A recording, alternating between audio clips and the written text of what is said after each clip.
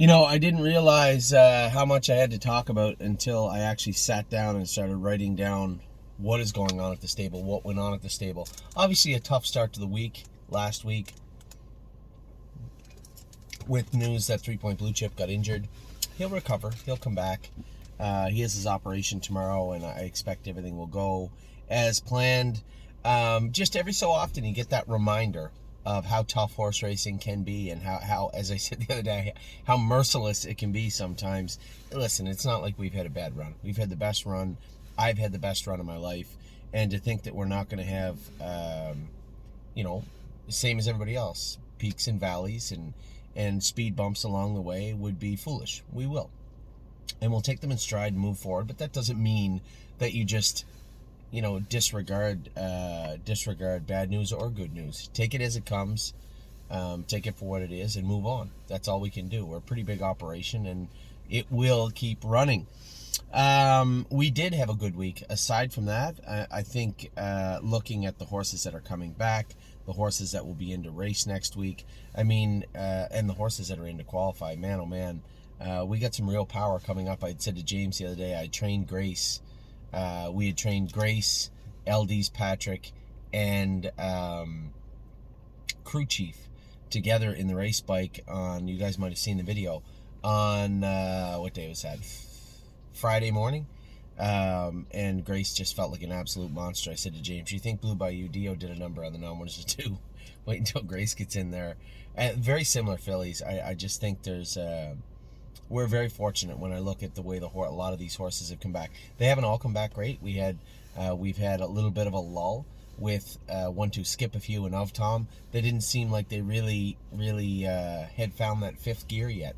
They will. I'm sure they will, but just not as of yet.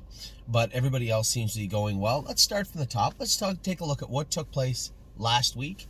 We'll touch on the horses coming up next week. We have the Spring Series starting next week. Couple of updates there. We have some horses that are qualifying, racing tonight. Did qualify good or are close to qualifying. Then we have some updates on horses that are training back. For instance, Globetrotting started training 2 weeks ago. Amy went with her the other day, said she was fantastic. So when you factor in Yes is almost ready to go, Twinbee Habanero started back. Everything is a green light with him. And we'll bring back Tiger and Locatelli to the barn probably the end of this week coming up. So a lot going on. So let's get right to it. We were fortunate last night. Not as fortunate as I thought we'd be. Twinkle in Her Eye, I saw him come first over. I saw Jason Ryan come first over. I'm like, oh no. And Twinkle in Her Eye actually raced good. 2 minutes, first over, was a winner again, 2 weeks in a row victorious. So good job by Jason. Good job by Harry and Harry's crew. Harry is off to a flying start in 2022. Man, they're on fire. Stonebridge Simba, he's been flat. I drove him at London last week. I didn't think he was good. Finished second, and it's much how he raced last night. I don't really know why. We'll draw his blood, but there wasn't that much in there. There wasn't enough on that page to let me say, oh, it was this or it was that. Didn't seem to be too much out of the ordinary, so maybe he's in a little bit of a funk also. We'll see if we can shake the cobwebs out of him in the coming weeks, and if we can't, one of the greatest things that we don't talk about that much is our ability to move horses around. We have Mark Beckwith in Saratoga, and now in Plainridge. Plainridge goes for an insane amount of money this year. So, we'll talk about another horse that could be pointed there in the near future. But all these horses, if they happen to get in a funk here, sometimes you hear the old adage, sometimes horses just need a little shake-up, right? A little change of scenery, move them around, and sometimes they just come to life. A horse like Stonebridge Simba would absolutely fall in love with Saratoga, and I'm sure would love Plainridge also. So there's a horse that easily could be on the list, could find himself heading towards the Beckwith stable in New York and in Plainridge. Now, before everybody panics, says, I got to get my license right away, I appreciate you doing your due diligence, but just hold the phone. I'll implore everybody right now, if you think you have horses that will be moving around, or if you have some of our better colts or fillies that could end up in multiple jurisdictions, do yourself a favor and go out and get a National Racing Compact license. You can deal with Pat in the office. I believe the gentleman's name is Pat. You can deal with Pat. I think it's like $200. They get your fingerprints for you. Like you have to supply them. with your fingerprints. They'll put them on file, I believe, for up to 3 years. And then you can call and say, hey, Pat, you need to get me licensed in Pennsylvania or Massachusetts or New York or New Jersey or Kentucky. They'll get it done for you, no problem. And I know it's a bit of a pain in the butt, but these are the things we have to deal with moving forward. We have some real good horses here, and the ability to move them around, I think, is a feather in our cap. But to use that feather, we have to be licensed. So if you think you're a member of any group or own any horse that may move around, or if you just pick up the phone and call me, email me, text me, hey, Anthony, do you think Stonebridge Simba could be leaving in the near future? Not today, but it could happen. So I think that's food for thought. I think everybody should maybe just sit down and think about that. The National Racing Compact is a real good way to go, and a real feather in our cap also. So Stonebridge Simba finished third. Should have been probably a winner. Definitely should have been second, but ended up third. Raced adequate. Bolt Power raced good. Not usually a front-end horse. I love the way James is driving. He is putting the horse in play, even if the horse isn't, like, Bolt Power is not a bull rush horse to the front at the half and, control the pace. He's not. He's a tracker. But at the same token, seeing how the race was setting up and understanding that it was unlikely he was going to win from sitting fourth behind those horses and going to be in a position to be first over or pinned in, I think he made the right call. Now, running into somebody, probably not the right call. He said the gating pole let go. There was a bolt broke in the gating pole, and he had to catch it with his foot. There was a lot going on. It was a great story. Could even make it into a movie. But I believe he might have run into Jody, so I don't know if it was the gating pole's fault or not. It was a great story. I listened to the whole thing. It was almost like I had to get popcorn. And, oh, yeah, the bolt broke in it. I see, yeah. Yeah, you ran into Jody. That's what it is. So, but the pole did play. I'm sure it played a role in that happening. James doesn't. Now, if it was me, he'd be like, "Yeah, Anthony, come on. I'm looking at your track record. You clearly interfered with someone." James doesn't generally run into people, but bolt the door. Bolt Power will bolt coming out of the turn. He does get on the left line coming out of the turn, and he will veer. So. I could see how it happened. Did the gating pole play a role in that? Quite possibly. Yeah, it did. James did not have a great day driving anyway on Saturday. I got pulled over in his car going fast, and then didn't have a James-like night on Saturday. So not a great night for him, but man, oh man, he is having some kind of year. The kid is on fire. So Bolt will come back next week. I'm sure he'll be fine. No free lunch. I thought he was a little flat, but he hadn't raced in like 2 weeks. You can't just take time off, come in and race against those horses. That Century horse looked like a freak finishing on the end of it. He looked really good. And Jimmy Connor B raced good. I mean, the horse raced good, right? No free lunch raced good. I just thought he was a little soft finishing up. But again, he likes to run down deader horses, not ones that are looking to fight. He won't ring the bell he won't answer the bell in the 10th round. But he's a sprinter, and he's a trip horse, and just didn't work out last night, but he raced well. I think his last 3 quarters were 123 apiece. So he raced well. Brave World, again, I think, I'm glad that James didn't rough him up. You get in that position where you get away in a poor spot. Brave World's an older horse. He won't let you abuse him. Right, he'll throw in a real clunker. So his line mathematically looked good. I think the horse will bounce back great next week. Now, Patrick the Piranha, I think raced well. Looking at the race, you're like, man, he should have beat those horses. Yeah, I can see that argument. I can see it. I mean, he did have 20 days off in between starts, I believe. We did school him once in 55, so he was relatively tight. That was last Friday, so he's coming in on 8 days.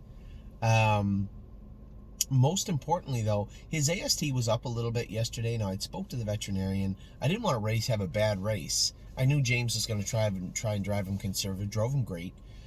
So we opted to race him. His muscle count wasn't high, but it did show up that he had cramped up a little bit earlier in the week when the CK and the AST were both 1,000. So it was in the last 24 to 48 hours that he cramped up a bit. This weather's brutal. So it wasn't high. 1,000's not super high, but that CK at 1,000 is concerning a little bit. Did it play a role? Possibly. But I think the overarching message here, Patrick the Piranha paced his last 3 quarters in 122 and 3. That's what he did. So I thought the horse raced good. Do I think he should get up? East End's not a bad horse. Do I think he should have closed harder? Maybe. But that last 16th, I think you can easily attribute to 20 days off. I'm not making excuses. I'm a partner on this horse. So I want to see Patrick De Prana be the horse that we paid all that money for. But I thought his race last night was decent. Now, there is another horse. Plainridge. The Open goes for $30,000 US every single week. I think that Plainridge would be a great place for him also, potentially. So there's another horse that we could easily see moving around. You know, I feel bad. Mark Beckwith has been an incredible trainer. I think his lifetime training average is like 350. He's done well forever, but never had a ton of luck with our horses. Did with the one filly last year, the So Admirable filly. She was decent. I think he really, he had her firing on all cylinders, but just hasn't had a ton of luck with our horses, but is a great guy, a great horseman, and runs a pretty good stable. So I believe Patrick De Prana would be a perfect place for him. I'm thinking Simba also possibly in the near future. So those two horses you could easily see heading down to Massachusetts, Saratoga area. I think that would be a good start. I mean, this Open, you know, Jimmy Freight, you're not buying Jimmy Freight or anybody that raced in that Open for anywhere near what we paid for Patrick De Prana. Nice horse, Open when it's a little watered down, backup class when it's not, and I think that's where he's headed. But maximizing our opportunities with this horse, I think a place like Plainridge would be a fantastic proposition. So that's something also in the back of my mind moving forward, food for thought. Now, some disturbing news came in yesterday. I was really pissed off, to be honest. Excuse my French. But Kings County, we had sent Kings County down to Ohio for the main reason you can race on Lasix and Amicar. You're allowed to. The vets administer it. It's perfectly legal. Now, here is a perfect example of an issue with this industry. And regardless of what walk of life you come from in this industry, you'll understand what I'm talking about. I get a call yesterday morning from Stacy Miller saying, Anthony, I got a little problem. I said, all the horses get injured last week. For the love of God, please don't tell me this. She said, so Kings County's been racing good. Obviously, we race him on Lasix and Amicar. He won his last start. Now, the problem I have is I entered him in Indiana and then find out that there's zero tolerance for Amicar. You're not allowed to use Amicar at all in Indiana. What are you doing, Turkey? Hi, what are you doing? I'm doing video. You want to come in? Yes, please. Come on, baby. Come on. Okay, be quiet. I got to do my video, so you just be nice. Hi, everyone. Okay. I want you. Okay, shh. You got to be quiet, though. Got to practice quiet. So Kings County raced on Amicar and Lasix in Ohio, but cannot race on Amicar in Indiana. So you're like, well, he's been good. We'll try him, see what happens. She goes, no, you're not understanding. They don't know what the withdrawal time is. They won't tell us. I've called the judges and the commission. No one will give us a withdrawal time for Amicar in Indiana. So now it hits me. The problem she's saying is he raced 10 days ago on Amicar. 10 days ago was a winner, legally used it in Ohio. But Indiana will not tell her what the withdrawal time is. It's zero tolerance for Amicar. So if there's any detectable amount of Amicar in the system, it's a positive test. Shh, someone's using the saw over there, sweetheart. It's a positive test. Now that's the reality of the industry we live in, right? Is that these things happen. And you can easily say, oh, you shouldn't use Amicar. The whole point is to take care of the horses, right? And if the horse is showing a little bit of blood here on Lasix, and just so we're clear, just so everybody out there that are horsemen is saying, well, you should turn them out. I've talked to multiple thoroughbred vets. We went through this last year when we put 3 Point Blue Chip on Lasix as a 2-year-old. And I spoke to the vets, and the one lady was very, very polite and very direct with me. She goes, I've been a thoroughbred vet for over two decades. She goes, I've seen some of the best thoroughbreds you would ever think of bleed. You give them, she goes, I've seen them give them up to a year off, bring them back within 3 or 4 starts, they're on Lasix. So just giving them time off is not necessarily an easy thing. The horses are going so fast at every age nowadays, it's very difficult. And I don't have the answer. But I can tell you one thing. I like the fact that you can put the horses on Lasix. It's right there. It's for all the gamblers to see, for the people concerned about the industry. And as far as Amacar, put it on the program too.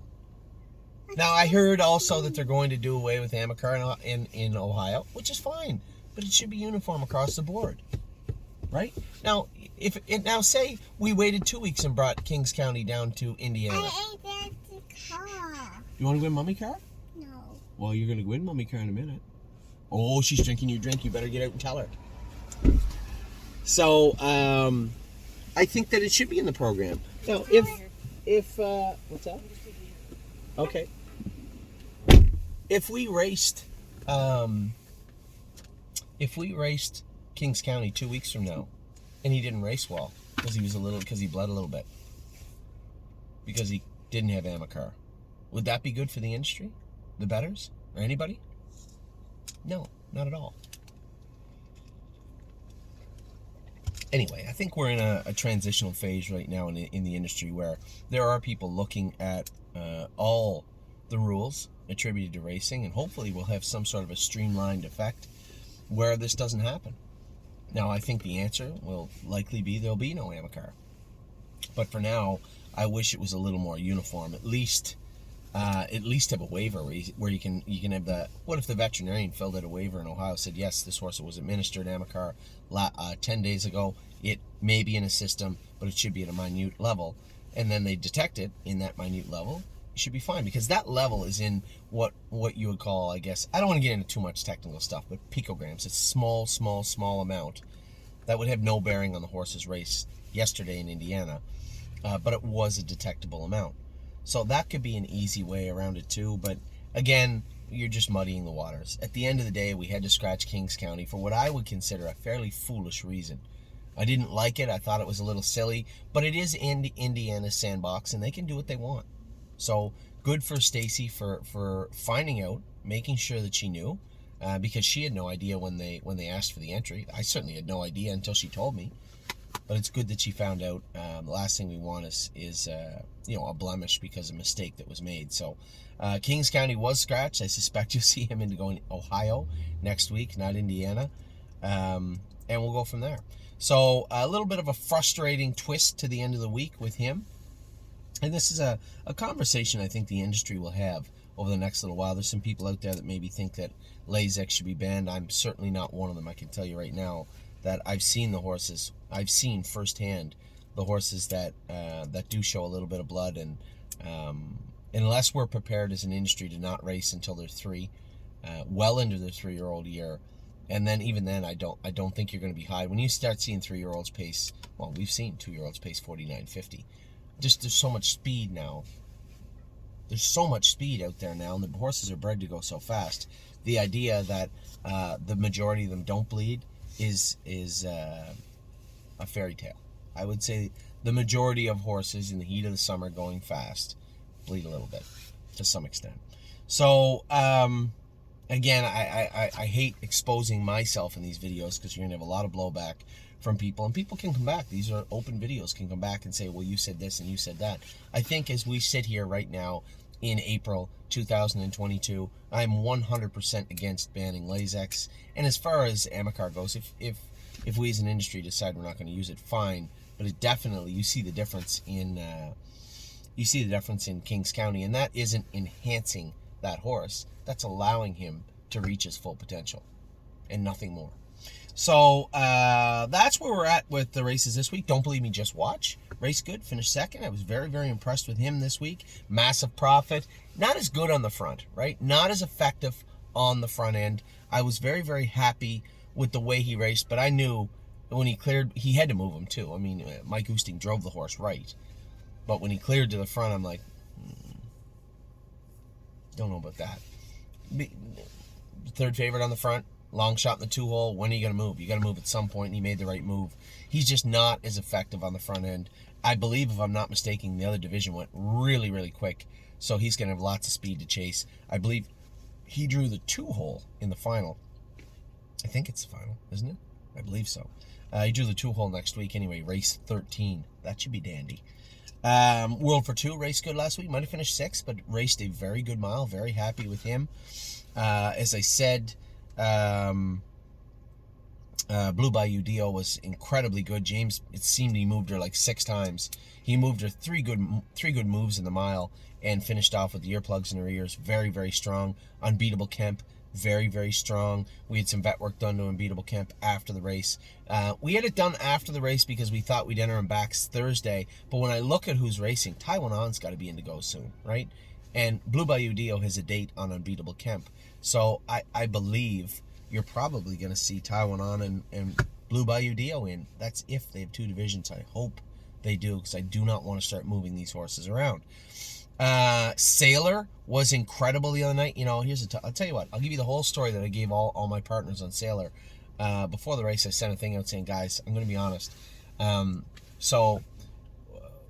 Sailor came to us with a quarter crack right front. We worked on it. He raced good his first start, but he had quite a bit of heel on him. So as we worked on that foot, it became evident to me, at least in the blacksmith we have here, that maybe we should take some of that heel down, get him down to where he was at 53 degrees when we shot him. You know, we would like to have our trotters around 49, 50. So we took him down. He's got to be 50, 51 right now. Quite a bit of heel difference. He still had that quarter crack. He blew pus pocket out of his bulb of his left hind foot the last time he raced. When he was kind of flat on James. So we'd worked on him, got him where I thought he was comfortable, trained him up a little bit. No concerns to me. I went to warm him up, and he just didn't seem, he didn't seem the same. I don't want to say he seemed worse, but he just didn't seem sharp. You know, he seemed like he was a little tender. His feet weren't warm. I felt his feet when we came in. They weren't warm. But he just didn't feel like himself. And I sped him up the last quarter of a mile, warming him up the jogway. And I said to James, I don't know if this horse is going to trot tonight. He just seems choppy.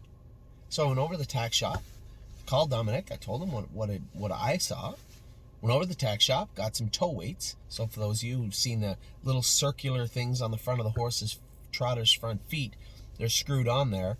They're called toe weights. They're literally weights. They're 2 ounces or 3. We got 2. Put 2-ounce weights on them.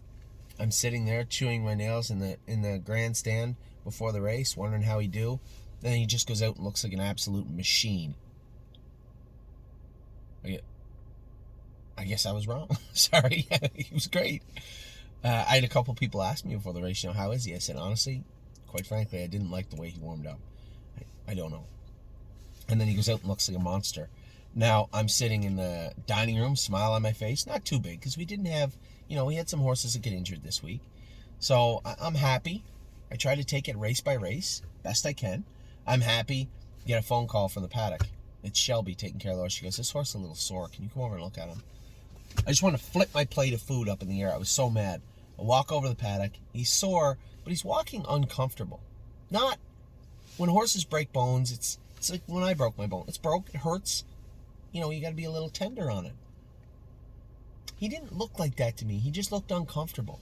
So the vet comes down. She's running around, giving him bute, and looking at the horse. Without an x-ray, there's no way to say for certain, right?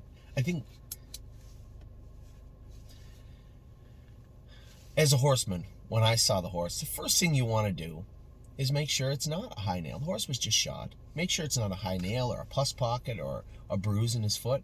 And these are things that... Now, there's 2 veterinarians. The one that does the scoping, Kathy Hayes, great lady, and Dr. Ballinger, Julie Ballinger, that come over to take care of the horse. Everybody wants to do what's best for the horse. Julie walks away, gives the horse bute, walks away. I was sitting there with Kathy, and I said, he's not blowing. He's not uncomfortable. I said, he doesn't look like a horse that broke a bone to me.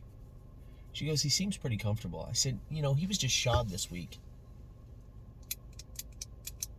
I'm going to take that shoe off him.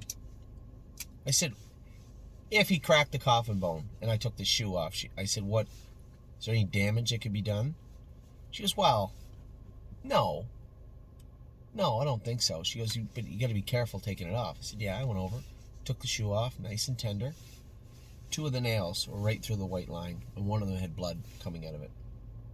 It was pretty evident to me what I'm looking at on his foot, right? And it's not the blacksmith's fault. You know, sometimes you get a little tight to that white line, and he's got so much torque. If you watch his gait, he's got this beautiful, long-reaching gait, just a literally poetry in motion. If you had said to yourself, I want a beautiful trotter, that's the one. And he's got this crazy amount of torque on his front end. So I think in the mile, that shoe maybe just shifted over a little bit and into the white line, maybe nicked that white line, because there was fresh blood and old blood there too. So how tough is that horse though? He came out of the winner's circle just prancing, no soreness at all. It wasn't until they started to bath him, he's like, ow, my foot. So he took that shoe off. So keep in mind, we're in the paddock, we're optimistic. What I see from the body language of this horse equals what I just saw when I took his foot off. So I'm happy. You can never discount a line here, a line there. Plus, with the week we've had, I'm still... So I wake up, first thing, go to the barn. How's Sailor? She said, it's perfect. Thank you. I was very, very happy. So Sailor, although... You see, if you go on, there's a VL on his vets list. He's a short-term vet list, which doesn't matter anyway. I don't care. I think it's 10 days or 15 days or something. But he'll race back, and man, oh man, how good did he look, though? How really good was this horse? Quarter crack right front, plus pocket left front blown out, and has two high nails in his left front foot, and goes out and races the way he did. Now, you might hear me say all this, say, Anthony, that's ridiculous. Well, I mean, the quarter crack and plus pocket we're working on. He can race on that, and I have no control over the right front. I didn't. Certainly had no indication that horse had the high nails there. He's got wide feet, which means wide white line. Blacksmith just got a little tight to the one white line. So we'll have an eye on that next time we shoe him. The good news is Sailor's okay, which was scary, considering we had an odd injury with a Mordiner this week where it appears he may have a line in his tibia, left hind, which is about a month in the stall. I saw some people dumping shares. Go ahead and dump them. The horse is going to recover 100%. Trafalgar had this back when we had her as a 2-year-old. He'll recover 100%. It's just very odd. The torque it takes to hurt that bone, he must have got cast and give it some kind of a wicked wallop for that bone to get hurt. It may be a bruise, but the vet wanted to come back and x-ray, I guess, Tuesday. But he believed he's sound to walk. And that's the scary thing. That's how those horses injure that bone. Is there's enough bone there, weight-bearing bone, he walks sound. But there's also swelling there, and the vet said, please don't jog him, don't move him, leave him in his stall. I want a re-x-ray on Tuesday. Best case, it's a bruise. But that might not be best case. Best case might be a little line and it heals. Bruise is right on the bone there. They're just as bad sometimes. So he's going to need a month. But in that month, as I said to Lauren, fine. We're going to take that lemon and turn it into lemonade. I want you to put 100 pounds minimum on a Mordiner in that month. I don't care how you do it. I don't care if you feed him cheeseburgers. I want 100 pounds on a Mordiner. Obviously, you're not going to feed him cheeseburgers. But it may be a blessing in disguise. A long year for this horse, and he's got a lot of talent. This horse qualified great at Northfield Park. So between that qualifier and his first race, he injured himself, more than likely in a stall, and no one noticed it. Jason noticed it when he went out to jog him and turned him around and come back in and said, hey, there's swelling in that leg in a weird place. Just wait for the vet. So thank you very much to Jason and Lauren and everybody in Ohio for picking up on that. That could have been a really bad video. So Amor Diener had that weird injury, and then of course 3 Point Blue Chip put a line in his foot. That's getting operated on Monday. That's just heartbreaking news for me and everybody else attributed to this horse. But it looks like if the surgery goes well and everything goes well with 3 Point Blue Chip, we might see him back sooner than you think. So fingers crossed, everybody, on 3 Point Blue Chip's operation on Monday. Royson's Punch obviously had injured himself in the last race down there. Now, we thought there was a significant injury, but it appears that Royson's pain threshold is very low. I guess, and Jason reminded me of that, he had cut his foot in the day he made a break on me at Mohawk and literally couldn't walk for 4 days, where now you got a horse like Sailor who's got a quarter crack right front, a pus pocket left hind, and 2 high nails in his left front foot and goes out and wins like a machine. it just goes to show you the wide swath of personalities in the game. Royson will recover. It is injured. I'm not trying to down. It is injured. The hind suspensory, 15 to 20% tear. Not super big, to be honest, but it's present. He will recover. He will race again. But a little surprised with the level of the pain threshold for Royson after his race. And then Matt's MVP, we decided just to give him time off. That right front check ligament, there's not going to be a workaround. I thought we could paint it, inject it. You're allowed to shockwave it 4 days before the race here. It's just not, we can't do it. And if we could manage it, great. And this horse tried. He tried hard to do it.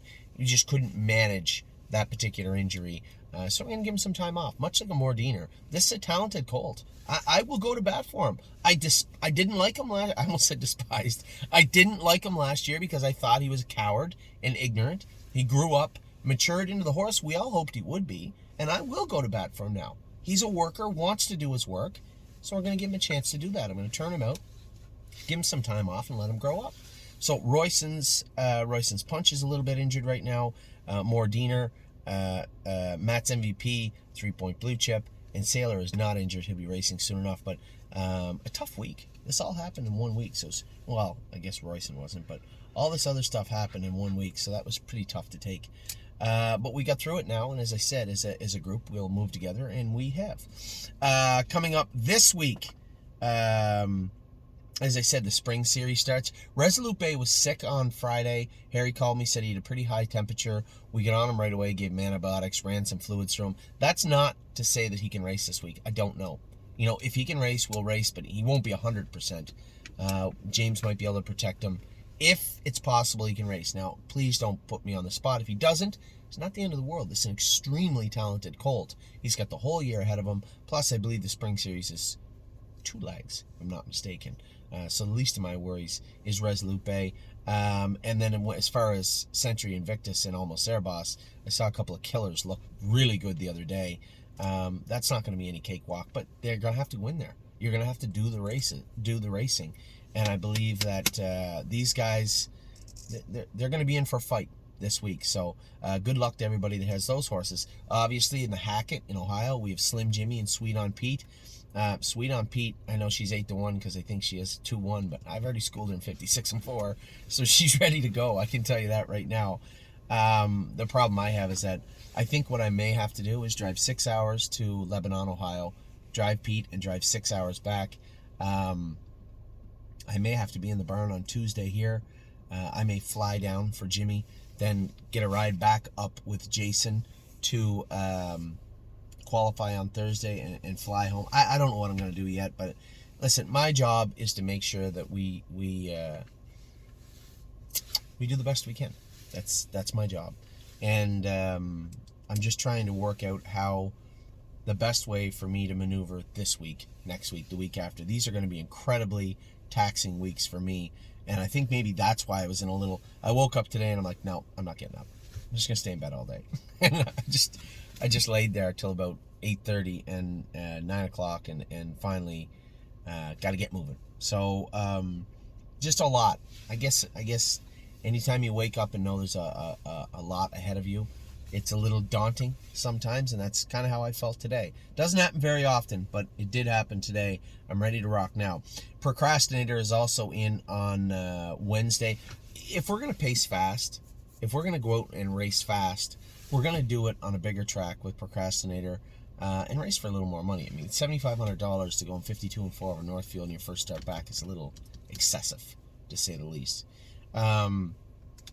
So we opted to take him down. The plan was to take Procrastinator and Sweet on Pete Monday, Jimmy and Stay Close on Wednesday. Stay Close didn't get in. So it was almost worst case scenario. I guess worst case scenario would be if Procrastinator also did not get in.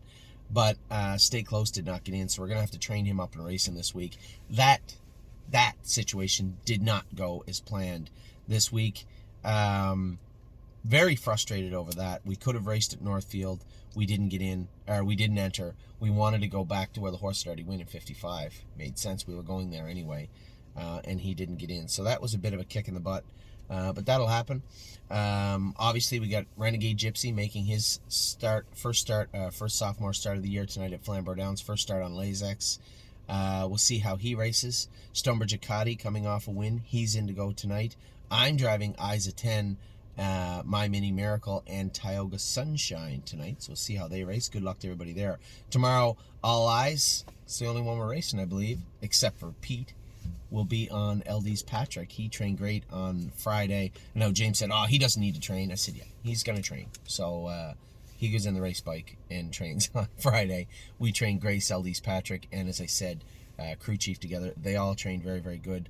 LD's Patrick's just coming off a dominating performance in the Doc Farwick Memorial at Miami Valley. He's just turned into such a nice horse. You know, here's a great story, too. Here's a horse we bought to race in the Nommers of 2, Nommers of 3, and flip him. Maybe make some money. That was my plan originally with him. Then he got better. It looked like he had some speed. Sent him to New York. That didn't work out well. But brought him back. And he showed the grit and determination of a good horse. Went down to the first elimination of the Doc Farwick Memorial. Finished third, a beaten third. Royston's Punch won the race. The fastest mile of the entire series, final included, was by Royston's Punch. Come out the second week. Now, we scoped him. He was sick. So we put him on antibiotics. But that isn't magic potion. You know, you just give them antibiotics. Whoa, they're 100%. Oh, they're still a little funk down in the dumps trying to get over this virus. Brought him back down the next week and had shot him 2 days before the race. He's a sore-footed horse. He wears aluminums up front. 2 days before is not really the best time for him. And he raced like it. Finished fifth and felt flat, but felt choppy. Didn't make the final. And we could only race 2 horses in the final anyway. Obviously stay close at a first and a second. And unfortunately, Royston's Punch made the final and get injured in the second elimination, which allowed LD's Patrick to move in off the also eligible list. And he was awesome. And I mean awesome. You guys saw the race. He crushed them. But he go back and look at the race when I won with him at Mohawk in the middle of the winter. He was a runaway on the front end, just a complete lunatic on the front end. And James said he was hot and crazy, and he had to watch him, and he was bad. 27-4, just backed him up, no problem. 57-3, and then just controlled the race. I called on him at the head of the lane, and he was gone. He raced so good. I'm so excited to see this horse race tomorrow. He's literally turned into a I use the word breath of fresh air all the time. It's more than that. That doesn't do it.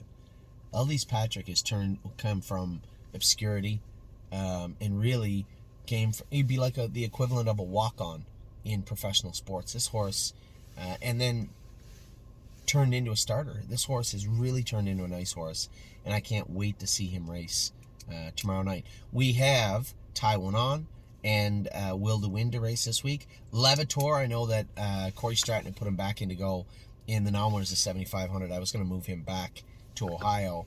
Actually, I was going to put him in the amateurs and let Lauren drive him in Ohio. So we'll see how he races Wednesday at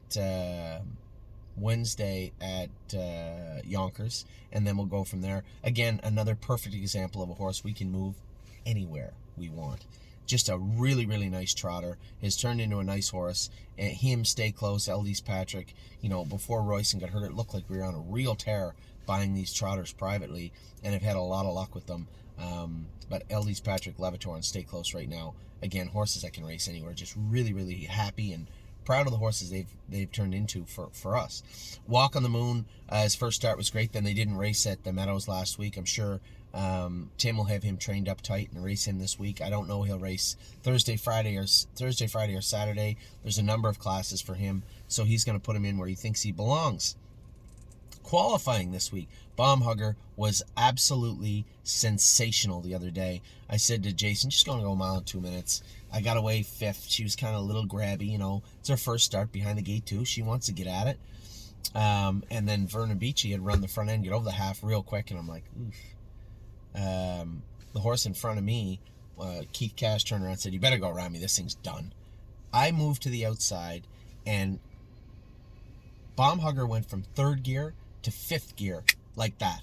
And I mean, she was screaming down the backstretch And I'm closing in quickly. It's pretty clear I'm going to overtake that horse, no problem. But I just said easy now. I just went to sit her in behind him, and she was going to go right like she wheeled out around him, and I almost run over his wheel. When I get out around him, she was going that quick. Clear to the front, I'm like seesawing her halfway down the lane. I'm like, earplugs in. She just finished up soft, 57-1. She felt incredible. She almost got me though. When you warm her up, she'll get to the turn and put a step in, and the hobbles will grab you, and you're like, oh, they're too tight. And I'm like, are they though? This is deja vu. I remember this from last year, so I let the hobbles out 2 holes. So we went to go out in the track, and I said to Jason, when you've been training her, do you have them on tight? He goes, yeah. He said, 5 holes tighter than that, easy. I said, let's go out about 2 minutes early. I scored her down. She ran all over the track. She almost caught me. She's a lot like Spirited Dio was at 2 and 3. Well, maybe still, I don't know. She almost caught me. So I had to pull her hobbles in the 5 holes, and they were jerking a little bit, but man, she was so strong. It was crazy. When you look at the horses we had coming back, haven't even started yet. Bomb Hugger, Grace, Tie One On. 3 killers that are right now ready to go. High Gear No Fear, I know you might look at his line and say, he's terrible. He was not terrible. That horse ready to trot 55, 56 right now. I said to Harry, now he's good. Right now you can race him. Now we're not going to race him crazy. A nice little tidy drive his first start. But now the horse feels good. Not awesome. Maybe not even great. But good. And I think he's coming in the right direction. So Harry's got him good. We get the appropriate amount of work into him. Horse that really surprised me the other day. Laugh Now. This is the full brother to Alarm Detector, which doesn't matter now. Had some real troubles getting him gated when he was young. Wouldn't trot. He went from Lexington Select, I believe, for $100,000, which was a lot for this guy. Trained him down, sold him to the Amish. The Amish sold him to another Amishman, sold him to another Amishman. He ended up in a sale. A kid from Northfield Park bought him out of the sale. He said he couldn't get him to trot. They put him back in the last Ohio sale, and we bought him for next to nothing. Again, when you look at, if you want to know what kind of qualifier that was, it was windy and it was cold. Disregard the time. Go look up each horse in that qualifier. You're going to see some powerful animals in there. He was in with some good horses and did a great job. Laugh Now is no joke. He's not a killer. We're not going to talk about him in the same breath as Grace or Tie One On or Bomb Hugger. I'm not trying to do that. But he is going to maul a maiden, I think, in the very near future. He qualified. I was so proud of the way he did it, too. He's turned into a nice little horse. Not a great horse. He's quite a ways from the same type of story as Patrick or anybody like that, but just a nice little horse to drive. He handled very well the other day. Gemstone Ruby Rose is in to go this week. I hope, just got to get her around the first turn, keep her quiet, and let her do her work. She trained very, very good the other day. I'm very happy with her. Del Cash, Del Breeze, they're going to qualify this week. Purple Aura, we haven't talked about her. This is the filly that set the track record in Dayton. I haven't talked about her in the same breath as Bomb Hugger, Grace, and Tie One On, and she absolutely belongs there. 56-2. That's a faster mark than any of the horses I just talked about. Faster than Bomb Hugger, faster than Grace, faster than Tie One On. No, not faster than Tie One On. But faster than the other two. And a track record holder. Purple Aura was impressive. All the way training down, then she tied up, got about 2 weeks behind. I said to Jason, just put her in to qualify this week. I'll qualify her in 2 minutes just to make sure we're qualified. Then we'll come back with another qualifier. She has her stake race on May the 4th, her first Sire Stakes race. So want to make sure that she gets qualified. She's coming up. So really, out of Ohio, a couple of flat ones in 1-2 Skip a Few and Of Tom, but I'm certain they'll come around. They'll come around. But the rest of them, man, when you look at the horses ready to go in Ohio, ready to go in Ontario, we get some real power coming up. Yes is pretty near ready to go. Globetrotting's not. She'll be ready in 6-8 weeks, something like that. But she's training now and training good. Twinbee Habanero is going to start training on Wednesday. And as I said, White Tiger and Locatelli on their way back this week as we turn out Matt's MVP and who's the other one? Matt's MVP and somebody. Garden State Dio. I had to bring her back. She had a molar, I think, that got infected and it was really sore. Could that have been, a lot of people are going to say, well, could that have been what was bothering her? Yeah, it could have been. But I'm still going to give her the time. I'm going to give her the time off. So, 2 horses to head out, 1 back out. and 2 to come in this week. So it's been a busy week. It's been a crazy week, as I said. Don't read too much, I guess, into my ramblings of Kings County. There's just one person in horse racing, but at the same time, I really do wish they would uniform the industry so that everybody knows what's going on. A good job by Stacy Miller to catch that also. That could have been bad. And congratulations again go out to the owners of Twinkle in Her Eye, Sailor, Unbeatable Kemp, Blue Bayou Dio. All those horses were winners last week. Can't wait to see this week. Obviously, we're going to have Kings County in. Massive Profit is going to be in the final of the Stake Series in Indiana. What else do we got? I don't think we're going to send World for 2 over just yet. I haven't made my mind up. I'll sleep on that tonight. But again, we get the Spring Series coming up, the Hackett coming up. Lots of racing coming up this week. Staking starting. This is the start of the stake season. Starts with the Hackett and the Spring Series in Ontario. Those lead into the jurisdictional staking regiments that are coming up. So a big week coming up. I talked 45 minutes and didn't even talk about our open house. The biggest news is it is confirmed. We are going to Mohawk for our open house. We'll make a big deal about it this week, a big splash in a number of the periodicals. We will be there on May the 8th. So it will be a Mother's Day brunch. I want everybody to pay attention to that. Kelly has sent out, I believe, and will continue to send out the RSVPs. We have to get those numbers to Mohawk. It should be a great day. Food, fun, the horses on the big track. First time you're going to get a lot of you are going to get a chance to see those horses in person. So please send back those RSVPs and let Kelly know. Bring your family, bring your kids, bring whoever you want to Mohawk on May the 8th. It should be a great time. So with that, I'll let you go. A long opening, but so much to talk about. As I said, I didn't realize how much I had to talk about until we started talking about it. So with that, I will let you all go. I hope you all had a great weekend. It's been a great weekend, and I hope you have some luck tonight at Flamborough Downs also, and with LD's Patrick, and Sweet on Pete tomorrow. Take care, everybody.